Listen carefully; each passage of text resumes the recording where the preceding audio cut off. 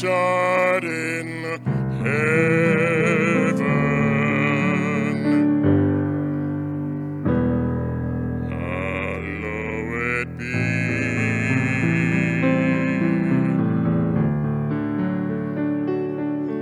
thy name. Well, here you are, Emily and Adam. You've made it to the starting line of an amazing life together. We know already, though, it has been quite a journey. I always like to do this, but before we just plow ahead on into the future, why don't we just take a moment here and we're going to go a little bit down memory lane. Because sometimes to see where we're going, we got to see where we came from, right?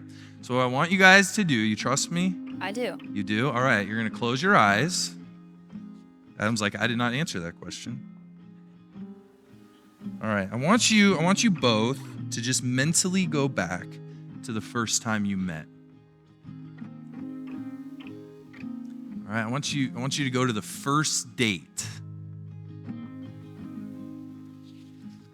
I want you to go to that moment when you were like, wow, there's something different about this person. Now go to the moment when you knew you loved this person.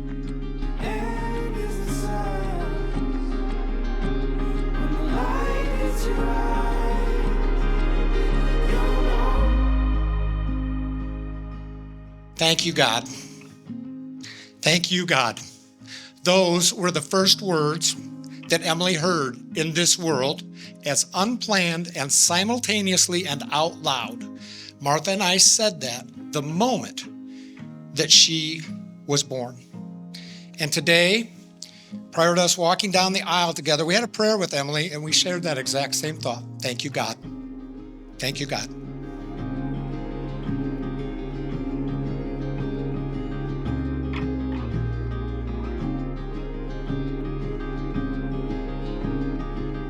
You know that we talk about our friends who are family and our family who are friends. And that's a high testament statement, and it's loaded with love. It's been said that the bond that links your families is not only one of blood, but of respect and joy in each other's life. And rarely do members of family grow up under one roof. And if you're in this room today and you're under this roof, you're one of the many of our family. And we thank you for being here. And we say thank you, God, for every person in this room, with our heartfelt appreciation for pouring your love out on our families and for loving Emily and Adam and sharing this day with us. So today, cry, mourn, celebrate, laugh, have joy. Above all, choose joy. But know that the most important thing that we get to do is be together today. I would like to acknowledge that we are a family of faith. I hope you heard that today. We are a family of faith. And through that, we believe in complete and abundant joy. Grandpa Jerry prayed last night before the meal, and I just talked to him here today. And he prayed about the challenges that would come in life. And he said we are people of faith, and that's how we would come after that. And I was talking with my brother who was talking to Pastor Ben. I want to make this connection today. So when he opened that service and he talked about two becoming one, my brother heard two becoming one, our beautiful mother becoming one with our father, Jim, today. Two becoming one. I just want to acknowledge Steve for bringing it too. Thank you, Steve. That was very, very special. But we are people of faith. We do believe in joy. And we hope you can join us in that, not just today, but in the life that we have before supporting Emily and Adam.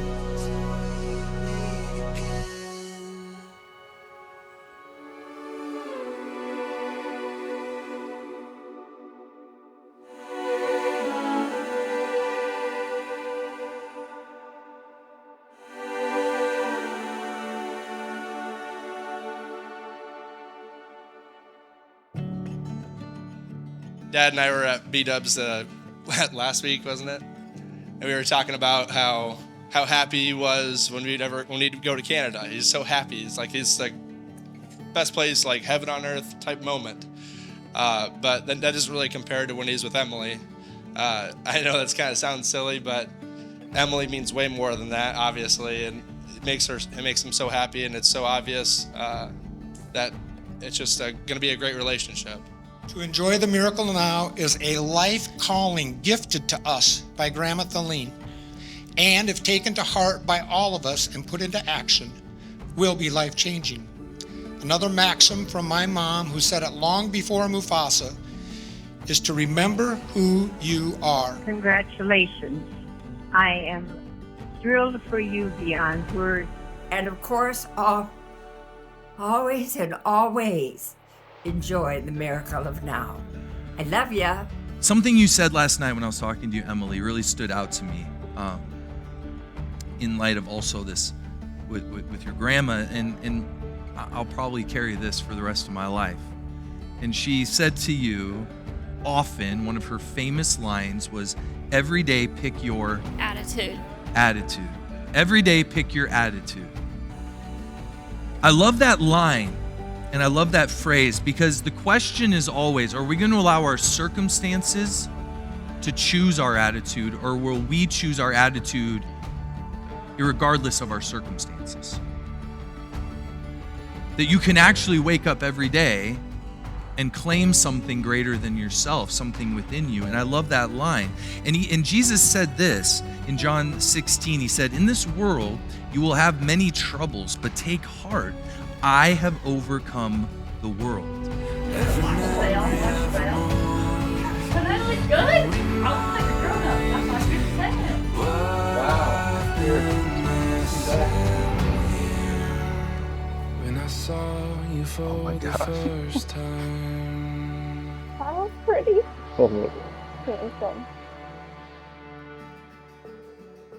I knew Emily was always going to be a megastar, and that she was going to be the titan of the financial industry that she is today. She was going to have to be twice as tough as all of her male counterparts. So to prepare her, I ripped her apart, both emotionally, physically, and mentally, for all of her weaknesses, with the idea of building her back up. You see, we're so blessed to have so many great family and friends that we've been able to attend multiple weddings in our day. And at each wedding, I would take a moment to pause, look Emily in the eye, and say, always the bridesmaid, never the bride. Which is a truly awful thing to say to your sister. So let me publicly apologize to you now for all the terrible things I said to you in your youth. It was with the idea and the hope that I would build you into the strong, independent woman that you were until this morning. And maybe the ultimate irony and the greatest prank this family's ever seen is that you here are today the beautiful bride, and I will forever be your bridesmaid.